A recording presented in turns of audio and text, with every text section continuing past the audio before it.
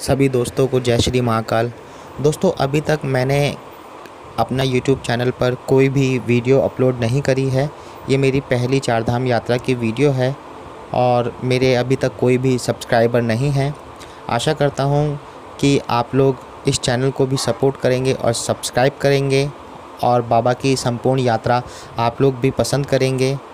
मेरे साथ में आप बने रहिए और मेरी जो इच्छाएं हैं बाबा के अलग अलग स्थानों पर जाने की, आप लोग भी वीडियो के माध्यम से देख सकते हैं बाबा के प्रमुख स्थान। तो प्लीज़ मुझे भी सपोर्ट करें और इस चैनल को भी सब्सक्राइब करें। तो चलिए इस बार की पहली चारधाम यात्रा की वीडियो शुरू करते हैं।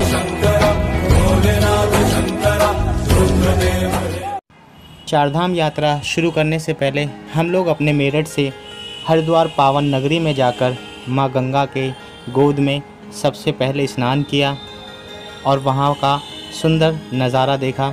उसके बाद हम लोग ऋषिकेश से होते हुए फ्रेंड सभी को जय बोलेगी। और ऋषिकेश से आने के बाद केदारनाथ की दूरी बस यहाँ से ज़्यादा नहीं, कोई 40-45 किलोमीटर रह गई है। और काफ़ी खूबसूरत एक झरना हमें दिखाई दिया।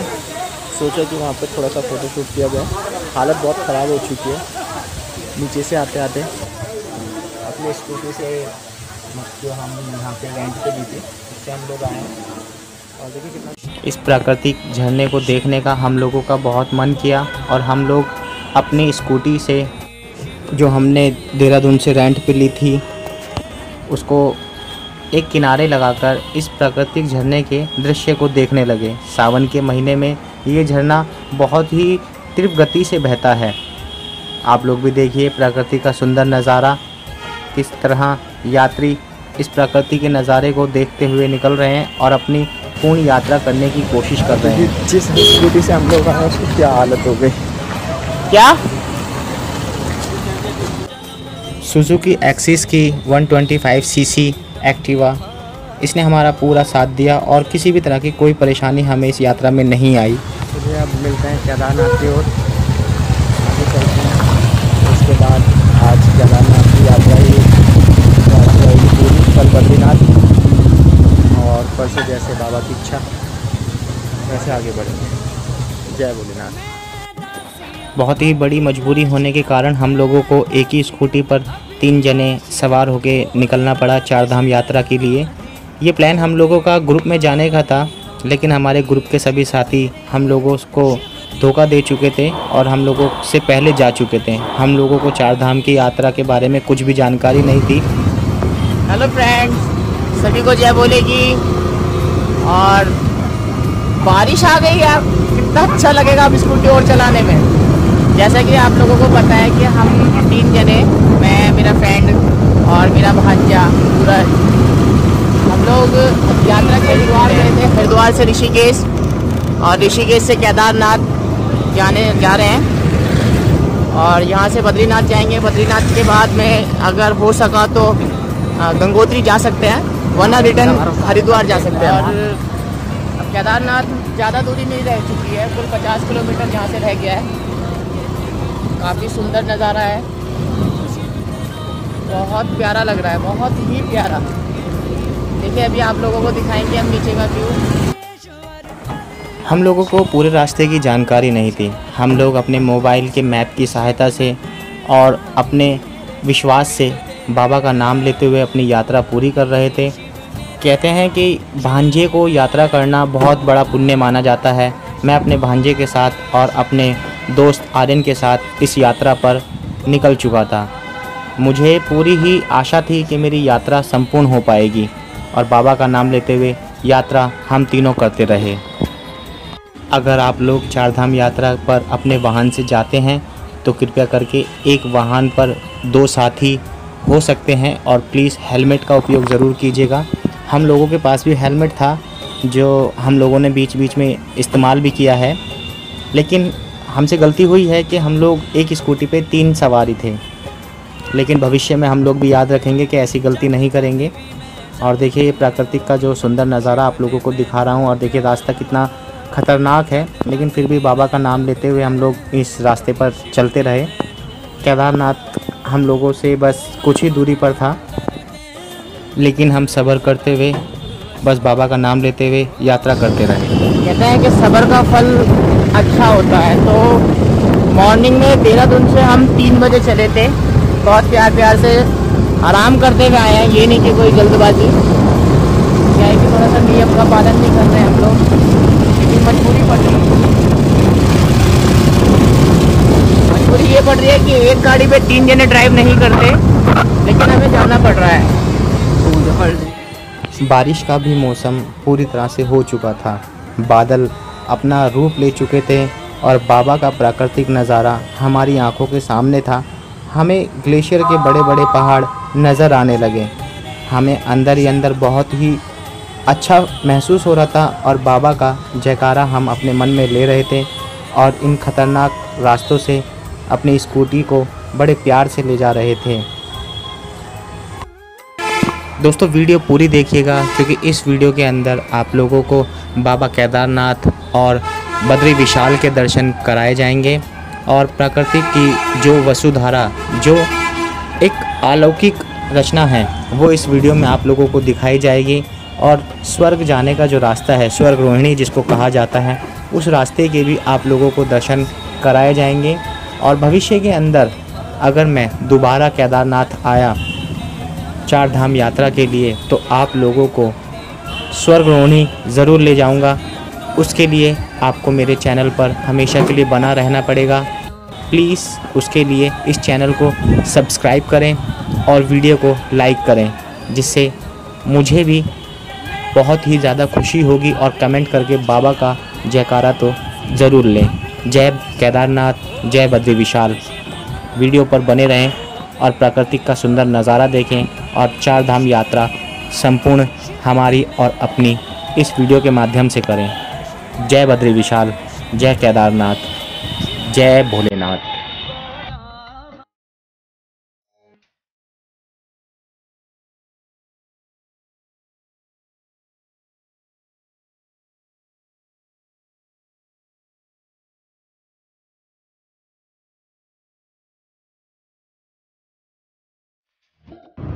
और केदारनाथ जाने से पहले आप लोग अपने माता पिता का आशीर्वाद लेके चलें और फिर बाबा या किसी भी तीर्थ स्थान पे निकलें। और यात्रा इतनी कठिन नहीं रहती, लेकिन कहते हैं कि जहाँ कठिन है वहीं सफलता मिलती है। और अब केदारनाथ जाने से पहले एक सिटी पड़ती है यहाँ पे, सोनप्रयाग। वहाँ पे एक गाड़ी पार्क का स्टैंड बना रखा है, रजिस्ट्रेशन करवाना पड़ेगा। सोनप्रयाग में अपनी स्कूटी पार्क करने के बाद हम लोग वहाँ से जीप के माध्यम से बाबा केदारनाथ तीर्थ स्थान के लिए निकल चुके थे। और कठिन चढ़ाई करने के बाद हम लोगों को फाइनली बाबा केदारनाथ के दर्शन हुए और मन को बहुत ही ज़्यादा शांति मिली। आइए आप लोग भी हम लोगों के साथ बाबा केदारनाथ के दर्शन करें और ओम नमः शिवाय का जाप करें।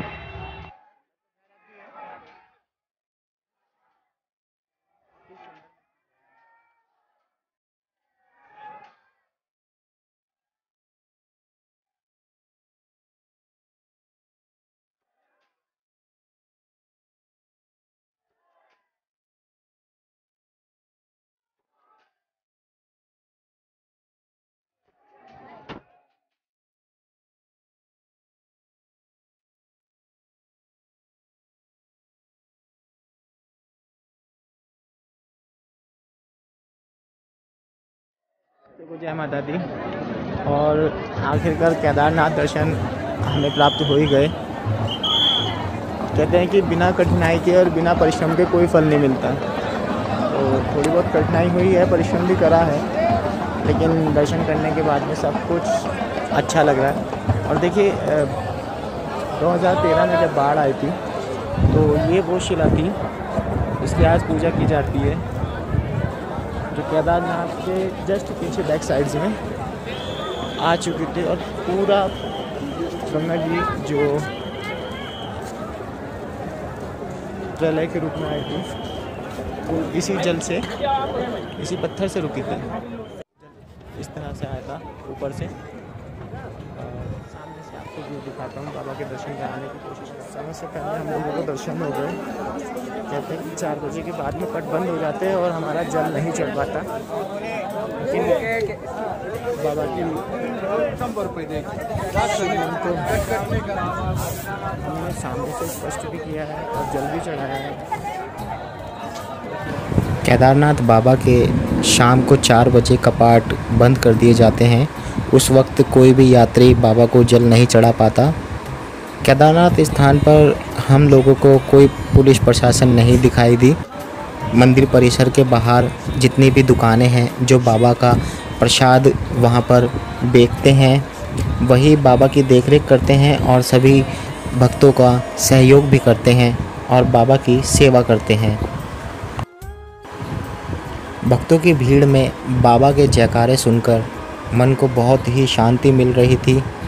और देखिए किस तरह से बाबा के केदारनाथ स्थान पर बाबा के जयकारे लगाए जा रहे हैं।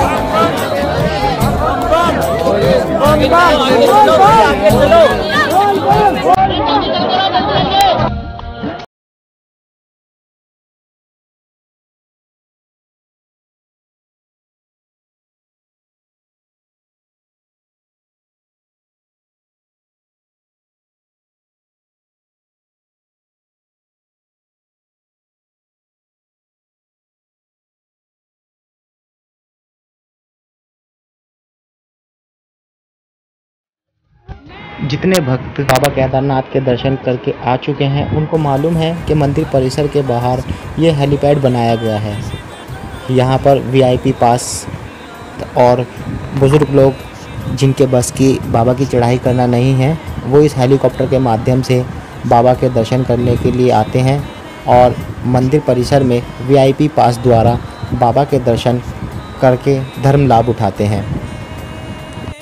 दोस्तों, जब केदारनाथ में महाप्रलय आया था तब इन्हीं हेलीकॉप्टर की सहायता से वहाँ पे फंसे यात्रियों को बड़ी सावधानी पूर्वक इन्हीं हेलीकॉप्टर के द्वारा निकाला गया था और उनकी मदद की गई थी। एक बार इन हेलीकॉप्टर सेवा कर्मियों को दिल से जय भोले की ज़रूर बोलिएगा। सभी दोस्तों को जय भोले की।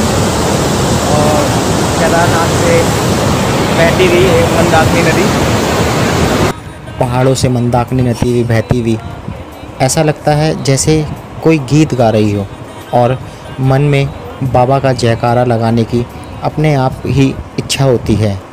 ये वही मंदाकिनी नदी है जो महाप्रलय के समय एक भयंकर रूप ले चुकी थी।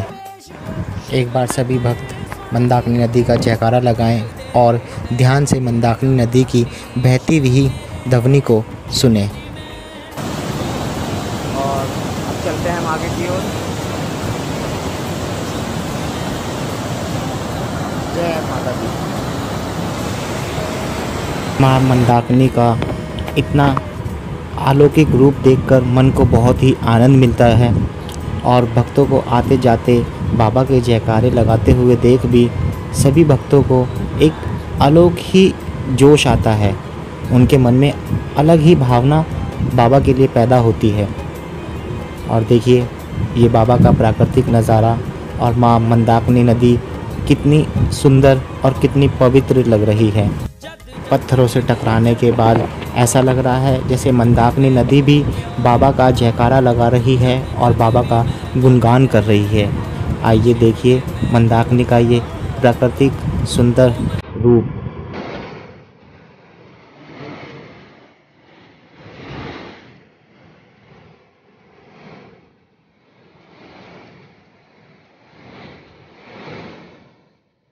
केदारनाथ में प्रलय आया था, बाढ़ आई थी, तो जितना भी ये पहाड़ आपको दिख रहा है ये पूरा भर के चल रहा था।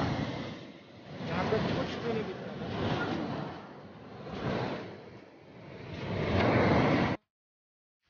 केदारनाथ धाम दर्शन करने के बाद हम लोग बद्रीनाथ धाम के दर्शन करने के लिए निकल चुके थे।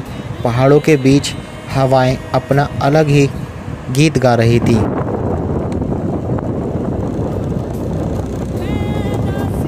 हम लोगों को वहाँ के टूरिस्ट गाइड ने बताया था कि इस रास्ते पर जनवरी के महीने में पूरी तरफ बर्फ़ रहती है और ये नज़ारा बहुत ही सुंदर लगता है। प्रकृति का नज़ारा देखकर हम लोगों को बहुत खुशी हो रही थी। हमने सोचा नहीं था कि कभी हमें इतना खूबसूरत, इतना सुंदर नज़ारा देखने को मिलेगा और बाबा बद्री विशाल के दर्शन करने की इच्छा हमारे मन में और भी ज़्यादा होने लगी। रास्तों की सुंदर वादियाँ और सड़क को देखकर हम लोगों को डर भी लग रहा था कि कहीं हमारी गाड़ी हम लोगों को बीच में धोखा ना दे दे। लेकिन बाबा बद्री और केदारनाथ की महिमा हम लोगों पर इतनी बनी रही कि हमारी गाड़ी ने हमारा पूरा साथ दिया और हम लोगों को किसी भी तरह की परेशानी नहीं हो पाई। आप लोग यकीन नहीं कर पाओगे, एक जगह तो हम लोग इतनी बुरी तरह से फंस जाते, लेकिन बाबा की कृपा ऐसी बनी रही कि हम वहाँ से भी बड़ी आसानी से निकल चुके। हमारी गाड़ी एक जगह पूरी तरह से तारकोल में फंस चुकी थी, क्योंकि वो रोड नई बन रही थी। हम लोगों को उस रोड के बारे में जानकारी नहीं थी और हम लोग उस रोड पर जा चुके थे। छोटी रोड होने के कारण वहाँ से निकलना बहुत मुश्किल हो गया था, लेकिन हम लोगों ने हिम्मत नहीं हारी और वहाँ से अपनी गाड़ी बड़ी सावधानी से बाबा का जयकारा लेकर निकाल दी और वहाँ से बहुत ही आसानी से हम लोग निकल चुके। सभी दोस्तों को जय माता दी। और अब हम केदारनाथ के दर्शन करके अब जा रहे हैं बद्रीनाथ और बहुत ही प्यारा नज़ारा है। और हमारे बीच में है इस टाइम हमारे बाथरूम सिंगर आर्यन जी, जो आपके बीच में कुछ गा रहे हैं। बहुत प्यारा नज़ारा है, बहुत प्यारा।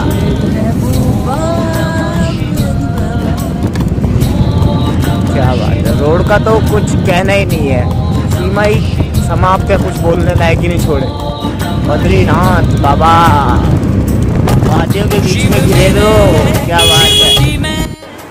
पहली बार दर्शन करने के लिए हम लोग निकले थे चार धाम की, और बाबा के दर्शन करने के लिए हम लोगों के अंदर इतनी ही इच्छा पैदा हो रही थी कि हम लोगों को पता नहीं चल पा रहा था हमने अपने रास्ते की जो दूरी थी कितनी तय की। हम लोग अपनी गाड़ी को सिर्फ चलाए जा रहे थे, हम लोग ये भी नहीं देख पा रहे थे कि हमारी गाड़ी कितने किलोमीटर चल चुकी है। हम लोग बाबा की महिमा और बाबा का गुणगान करते हुए, सफ़र के सुंदर नज़ारे का दृश्य देखते हुए बस अपनी यात्रा के लिए चलते जा रहे थे। बाबा के दर्शन पाने की हम लोगों को इतनी इच्छा हो रही थी कि हम लोगों को ना ही तो भूख लग रही थी और ना ही प्यास लग रही थी। बस दिल में एक ही उत्साह था कि जल्दी से जल्द बाबा के दर्शन करने के लिए हम लोग उनके स्थान पहुँचें और बाबा का आशीर्वाद प्राप्त करें। आइए थोड़ी देर हम भी बाबा बद्री विशाल का गुणगान करते हैं और प्यार से एक बार बाबा का जयकारा लगाते हैं। जय बद्री विशाल।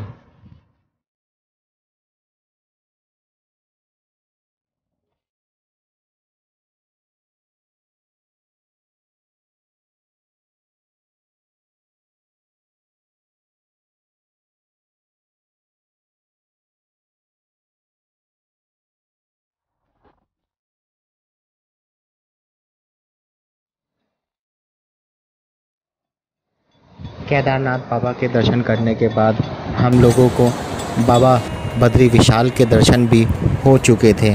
माँ अलकनंदा जो बद्री विशाल को स्पष्ट करती हुई बड़े ही सुंदर मीठे स्वभाव से बहती जा रही थी।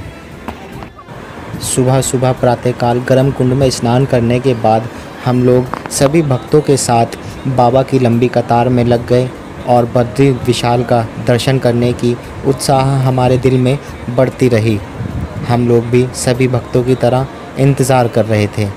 आखिरकार हम बद्री विशाल मंदिर परिसर में पहुंच ही गए। बद्री विशाल को भोग चढ़ाने के बाद मुझे उसी परिसर से एक की रिंग मिली। उस की रिंग को मैंने जब अपने हाथ में लिया तो बद्री विशाल से एक ही इच्छा मांगी कि इस की रिंग में डालने के लिए मुझे की भी दीजिए, और बद्री विशाल ने मेरी मनोकामना भी पूर्ण कर दी। दोस्तों, इस साल मैं अपने ही वाहन से बद्री विशाल के दर्शन के लिए जाने वाला हूँ, लेकिन कोरोना वायरस के चक्कर में अभी बाहर के राज्य के सभी यात्रियों को परमिशन नहीं दी गई है। जैसे ही यात्रा परमिशन मिलेगी मैं सर्वप्रथम यात्रा के लिए निकलूँगा। जय माता दी। और बद्रीनाथ की चढ़ाई करने के बाद वहाँ से करीब 6 किलोमीटर एक गांव है, माणा गांव, जो इंडिया का लास्ट गांव है।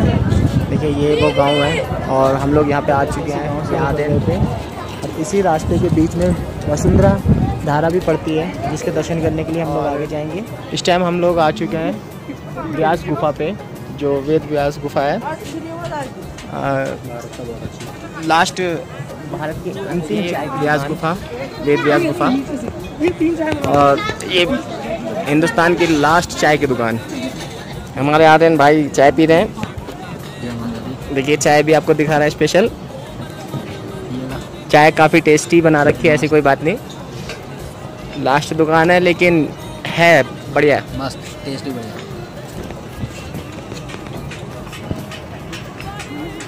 और अभी हम लोग आए हैं गणेश गुफा से, जो नीचे है। और ये वेद व्यास जी का मंदिर है। अंदर मोबाइल कैमरा ले जाना मना है, इस वजह से बाहर से आपको दिखा रहे हैं। और आप लोग भी आइए, चाय पीजिए। चाय बहुत बढ़िया बना रखी है। हम लोग जाएंगे भीम पुल पर। अब ये भीम पुल जाने का रास्ता है नीचे से, पब्लिक जा रही है। बद्री विशाल दर्शन करने के बाद हम लोग माना गांव से आगे भीम पुल यानी कि सरस्वती नदी के दर्शन के लिए निकल चुके।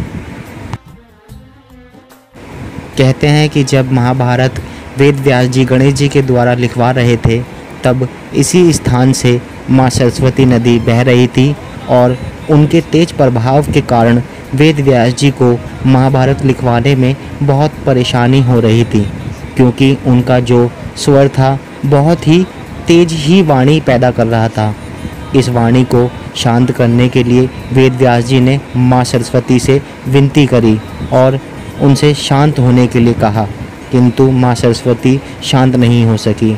उसी कारण वेद व्यास जी ने उन्हें श्राप दिया और यहाँ से लुप्त होने के लिए कहा। इसी कारण माँ सरस्वती सिर्फ बद्रीनाथ में कुछ ही दूरी तक दिखाई देती हैं और उसके बाद प्रयागराज यानी कि इलाहाबाद में माँ सरस्वती का संगम होता है। जब 5 पांडव स्वर्ग की यात्रा की ओर जा रहे थे, तब पांचाली माँ सरस्वती नदी के तेज प्रभाव को देखकर डर गई और रास्ता पार नहीं कर पा रही थी। तब भीम ने ये बड़ा विशाल पत्थर माँ सरस्वती की गोद में फेंका और मार्ग बनाया। देखिए ये बड़ा विशाल पत्थर भीमशिला के नाम से प्रसिद्ध है।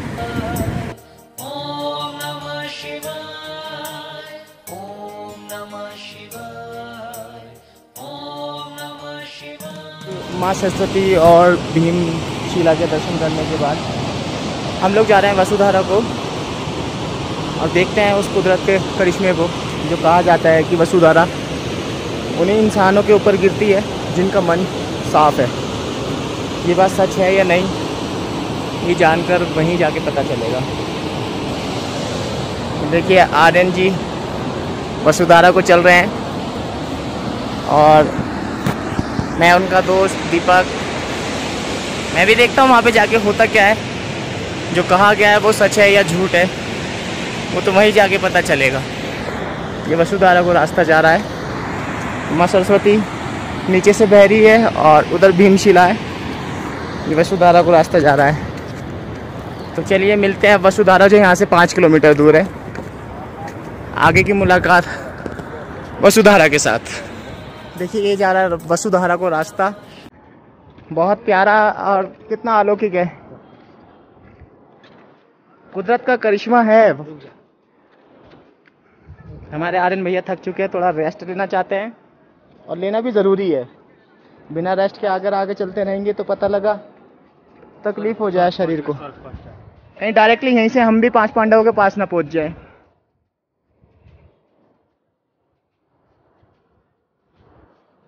मोबाइल की बैटरी भी बचाना बहुत ज़रूरी है। अब चलेंगे वसुधारा को, लेकिन उससे पहले थोड़ा बहुत नज़ारा जो अच्छा लगता है वो आपको दिखाना चाहते हैं।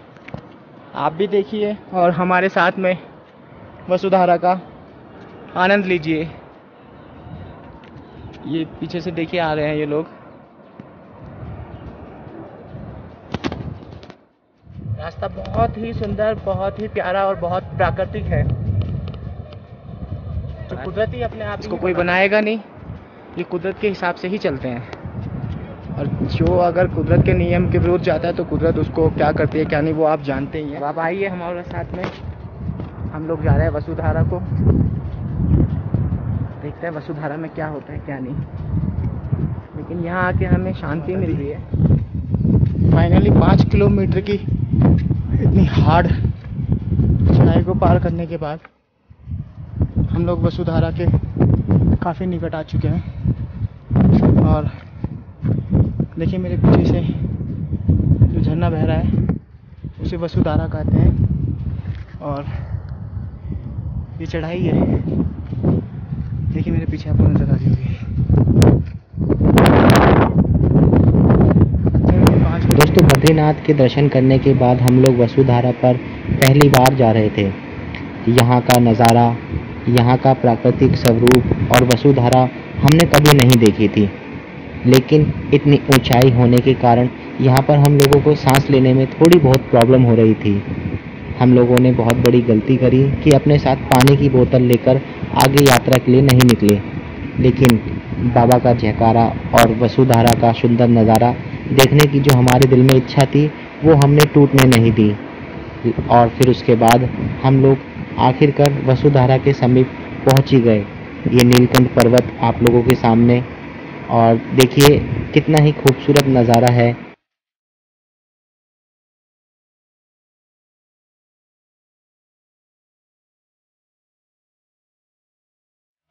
ये माणा गांव से 5 किलोमीटर आगे है और हम लोग उसके पास में पहुंच चुके हैं।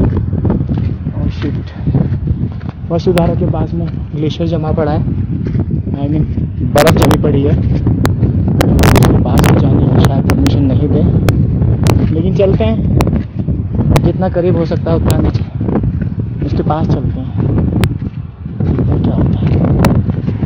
वसुधारा के समीप जाने के बाद मुझे वसुधारा का जो प्राकृतिक सुंदर नज़ारा था बहुत ही अच्छा लग रहा था। मेरा अंदर से रोम रोम खिल उठा था। लेकिन मुझे वहाँ पर अपने अलावा कोई यात्री नहीं दिख रहा था। वसुधारा काफ़ी ऊंचाई पर थी और ग्लेशियर में जमी हुई थी। मेरा दिल ऊपर जाने के लिए तड़प रहा था, लेकिन रास्ते की जानकारी नहीं थी। फिर भी हिम्मत करके मैं ऊपर गया। वसुधारा के इतने समीप जाते हुए मुझे वहीं के एक लोकल साथी ने देख लिया, जो मेरे पास आकर मेरी सहायता के लिए खड़ा हो गया।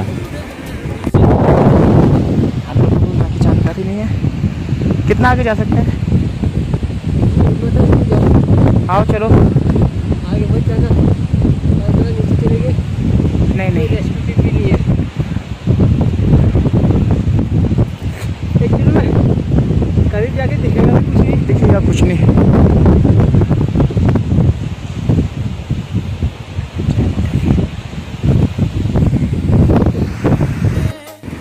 वसुधारा के बिल्कुल समीप जाने की मेरी इच्छा थी। मैंने वहाँ के लोकल साथी से सलाह भी मांगी, लेकिन उसने मुझे आगे जाने के लिए मना कर दिया। पर प्रकृति का जो सुंदर नज़ारा मुझे वसुधारा के पास दिख रहा था वो मैंने कभी अपने जीवन में कल्पना भी नहीं करी थी। और वसुधारा की सुंदर सुंदर झरने की मीठी मीठी जो बौछारें थी वो मेरे ऊपर गिर रही थी, जिनको मैं महसूस कर रहा था और मुझे बहुत ही अच्छा लग रहा था। वसुधारा मेरे बहुत ही समीप थी।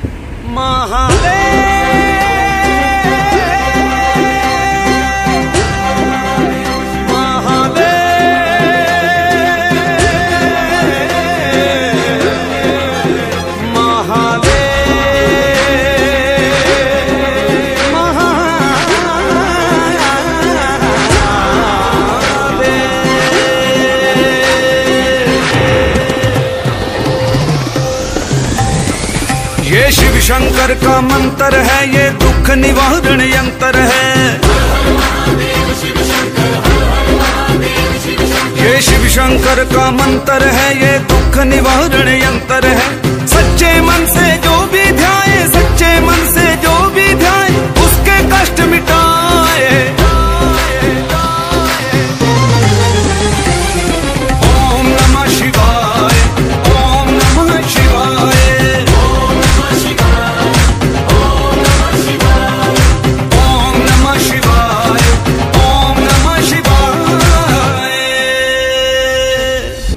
स्वर्ग के रास्ते पर जाने के लिए आप लोगों को वसुधारा के दर्शन भी करने पड़ते हैं। मैंने भी वसुधारा के दर्शन किए और वहाँ से उतरने का भी प्रयास करने लगा।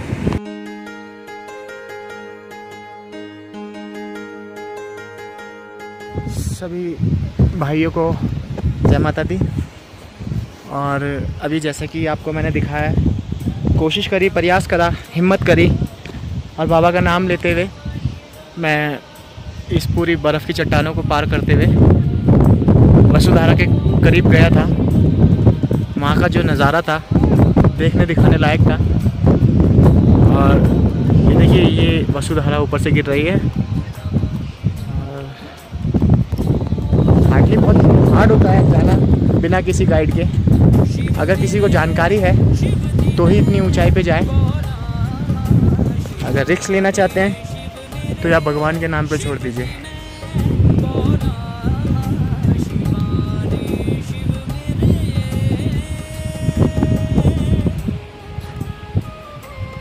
आप लोग देख सकते हैं वसुधारा कितनी अच्छी तरह से, कितनी प्राकृतिक दृश्य से बह रही है।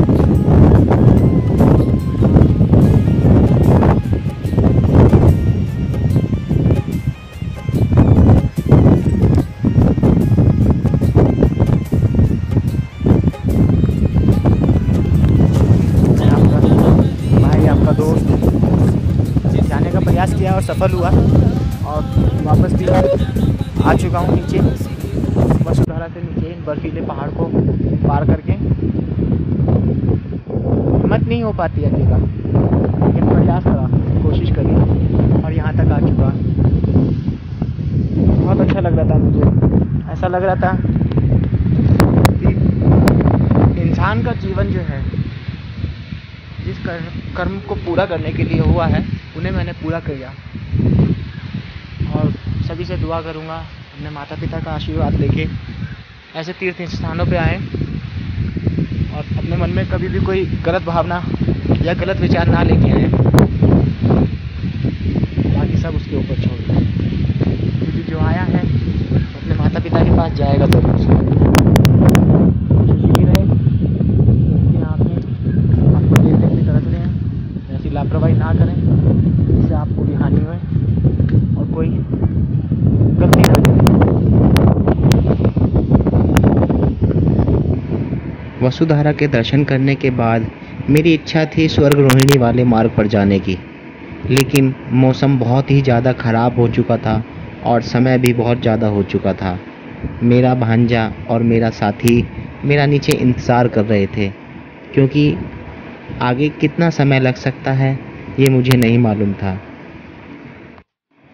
दोस्तों, इस वसुधारा और स्वर्ग रोहिणी के रास्ते पर मैं स्वयं अकेले ही चलना चाहता था, क्योंकि मेरे साथ कुछ भी हो सकता था। मैंने वैसे अपने मन में ये विचार नहीं लेके आया कि मेरे साथ में कोई दुर्घटना हो, लेकिन कहते हैं कि समय का किसी को अभाव नहीं है। जो इस दुनिया में आया है वो ज़रूर जाएगा। लेकिन मुझे अपनी नहीं, अपने साथियों की और अपने भांजे की चिंता थी, जिस कारण मैंने उन लोगों को अपने से पीछे रखा और सबसे पहले मैं इस मार्ग पर आगे जाने के लिए निकला। जय माता दी, जय बद्रीनाथ, जय वसुधारा।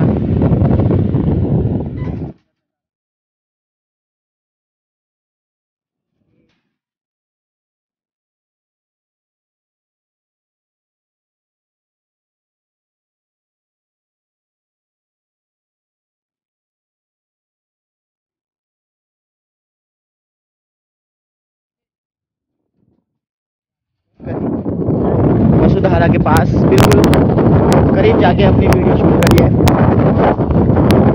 हम लोग यहाँ से निकल रहे हैं पैदल पैदल।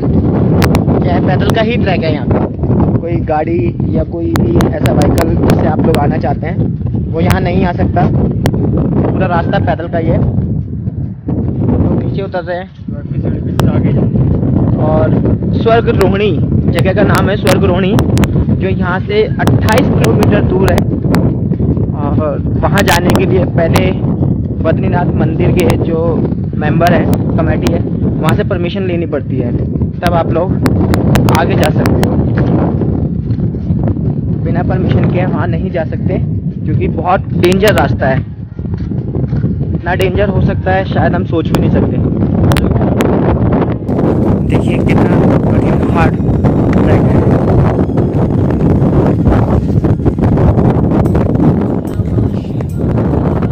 नीचे जाने का प्रयास कर रहे हैं, नीचे चलते हैं। आप लोग भी देखिए पूरा दृश्य। अच्छा लगे तो इस वीडियो को लाइक कीजिएगा, शेयर कीजिए।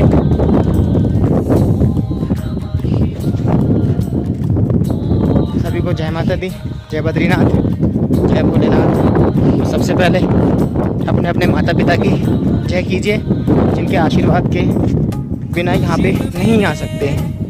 उनका आशीर्वाद अपने भगवानों से बढ़कर है।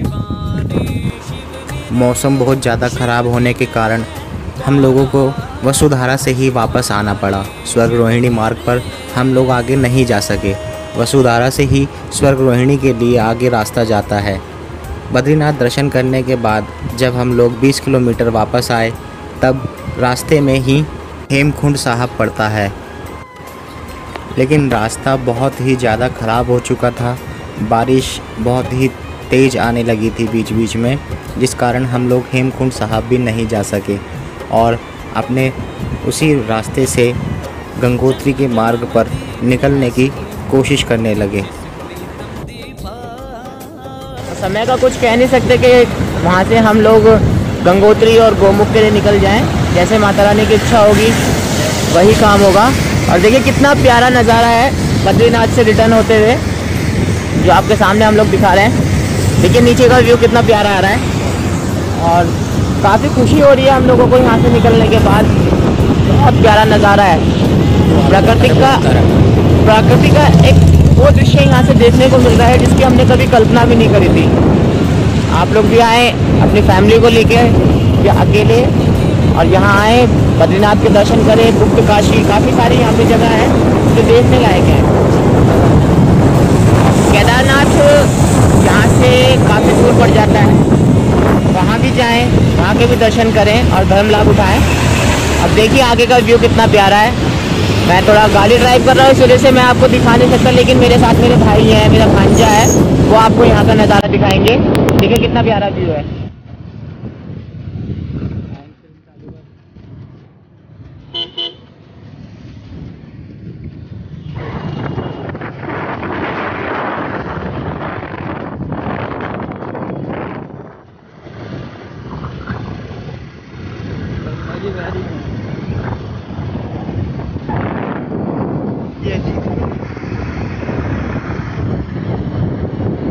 इधर से दीपक दो नदी आ रही है, इधर भी दो नदी आ रही है भाई। एक उधर से आ रही है, किधर से आ रही मंदाकिनी। तो इनका संगम तो यहीं हो रहा होगा।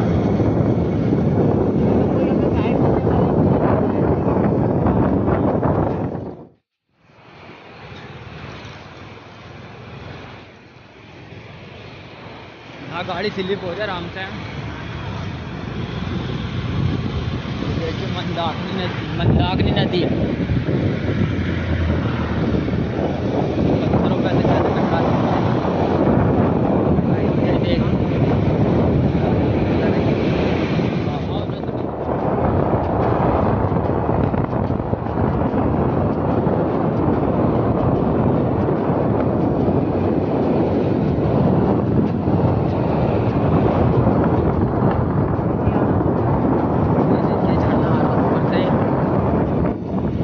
बाहुबली झरना, ये दरअसल थोड़ा कम चल रहा है। जो बाहुबली की शूटिंग हुई थी यहीं हुई थी।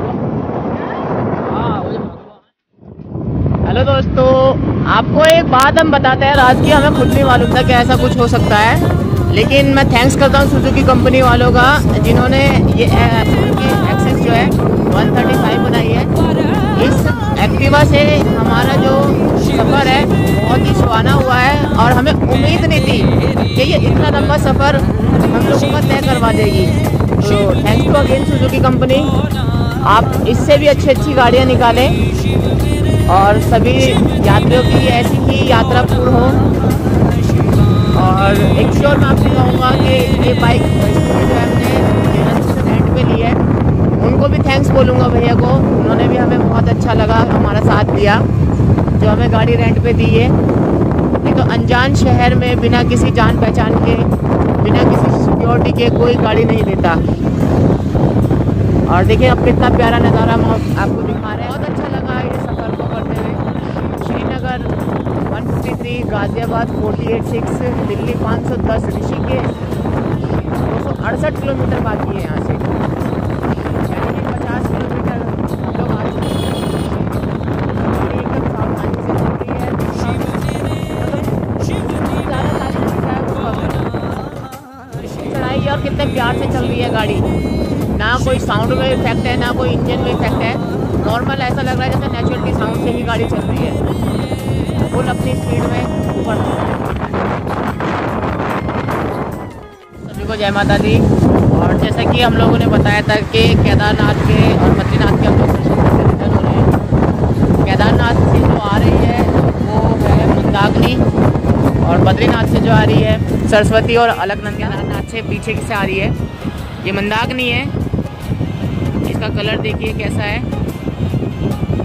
और केदारनाथ से इधर की साइड से ये जा रही है गंगा की साइड में, और केदारनाथ के लिए आ रहे हैं हम लोग बस रिटर्न। देखिए गंगा,